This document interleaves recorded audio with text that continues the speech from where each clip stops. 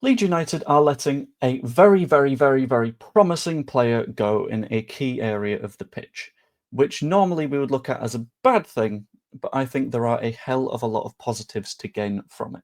This is specifically surrounding Matteo Joseph being on his way out, going to Mallorca, but I think Leeds United have demonstrated something incredibly powerful here, and I'll get into that in a minute's time after I ask if you could like the video and subscribe to the channel. Be massively appreciated. It's always good to keep the channel growing, especially with the end of the transfer window coming up, because I'm trying to keep the channel sort of self-sustaining. I know that I won't be able to do a lot of work when my child comes in December. So being able to sort of have the YouTube stuff to fall back on whilst, because being a contractor, I don't get paternity pay. So whilst having a little bit of YouTubey stuff in the background would be absolutely wonderful. So if you guys could help in any way possible, that'd be fantastic. Anyway, on to the main bit of the story.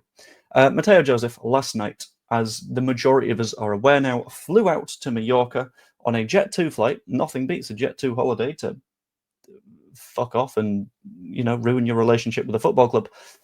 Immediately landed and had a nice little interview chat with various sort of pundits, reporters, journalists that were on the ground effectively waiting for him. A lot of people will look at this and see the bare naked facts of what happened. They will see the fact that Matteo Joseph, A, didn't show up to preseason training, B, seemingly agreed a move with Real Betis before Leeds United had even been part of that conversation and before he got any agreement with Leeds that he could leave. And in addition to that, effectively has done everything that he can to distance himself from the club, which feels like a response to the fact that he wasn't constantly the starting striker last season. But honestly, if he was, I'm not convinced we get promoted because Joel Pirie played a very big role last season. Anyway, with all this in mind, you might look at it and think Matteo Joseph has successfully forced a move. But I believe, in my opinion, that Leeds United have, for the first time this window, actually grasped onto the power in the situation and said, no, we are the ones in charge here, and you're going to be the ones that listen. Because in many, many, many other situations, like the Paixão thing, in that case, the power was in the hands of the other club.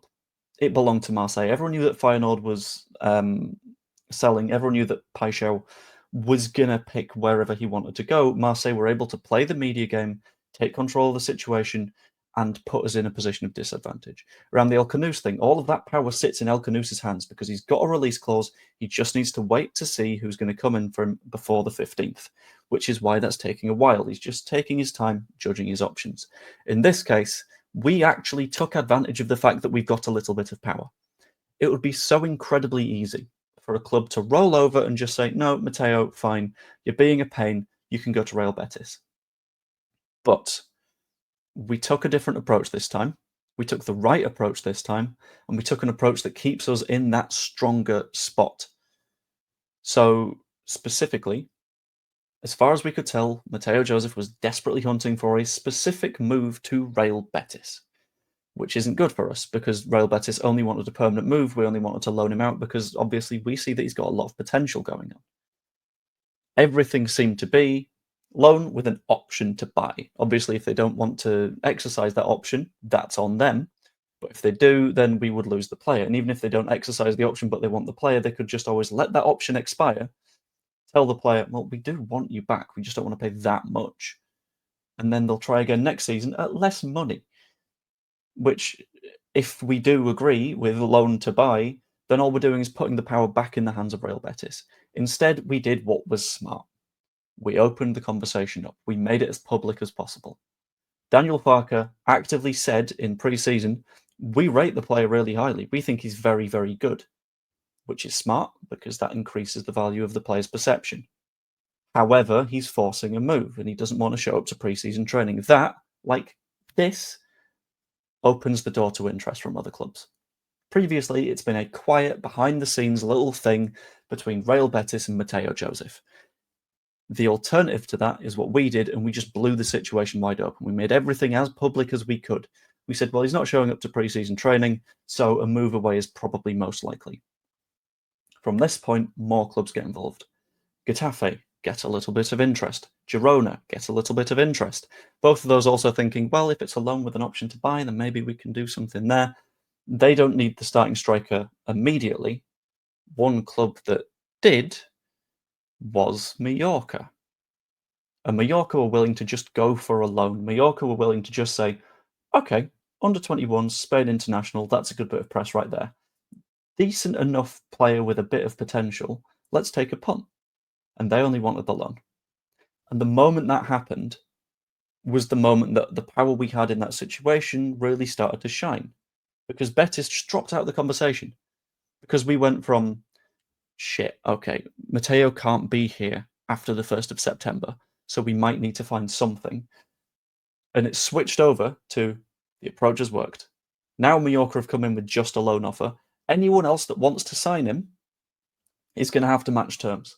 Is going to have to match the amount of wages that they pay. Is going to have to maybe pay a monthly fee to retain him. And is ultimately going to cause themselves some fairly significant problems because Betis didn't want to do that. Girona didn't want to do that.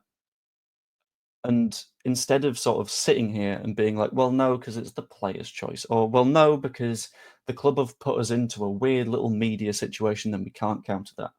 Instead, we decided to be the ones that played that nasty little media game. Decided to say, okay, you think you've got a deal behind the scenes. I think we force a deal in front of everyone. I think we open the door and we say, these are our terms because he's not going away permanently because you don't get out of it that easy. So match the terms or you don't get him. And that option was open to absolutely everybody, absolutely everywhere. And Mallorca became aware of this and were able to say, okay, cool, we'll just put in a loan offer. And eventually, Leeds United were able to make that happen. And I think this is a very, very positive sign of the 49ers learning that in the world of football, sometimes you need to seize that narrative. You need to seize the narrative in a positive manner. When someone is looking to force a move away from you, you could quite easily go, it'd be nice if you came back. But it's also quite good if you say, well, no, because you're not particularly welcome at the moment. So if the right offer comes in, you're gone. And seizing that narrative is something that I hope that we do in future transfers. I hope we put more pressure on more players and we say, okay, your time to make a decision. Because if we don't do that, we're going to be in a fairly difficult spot of having to deal with the Paixão thing again, having to deal with the El Canoes thing again. Where we can, if we take advantage, we're going to make things far easier for ourselves in the transfer window and ultimately position ourselves with a way better squad that has a better chance of survival. That was a bit unscripted, as you could tell. It was a bit rambly, but I think I got the general gist across. Anyway, hope you enjoyed the video. I will go live at some point later. I don't know specifically when, but I'll work it out. If you enjoyed the video, please pop a like on it. Subscribe if you enjoyed as well, because, again, it's quite nice to be able to do this fairly consistently. And, yeah, hope you all enjoyed. I will see you later. Probably this afternoon, maybe, for a stream. We'll see. Ta-ra.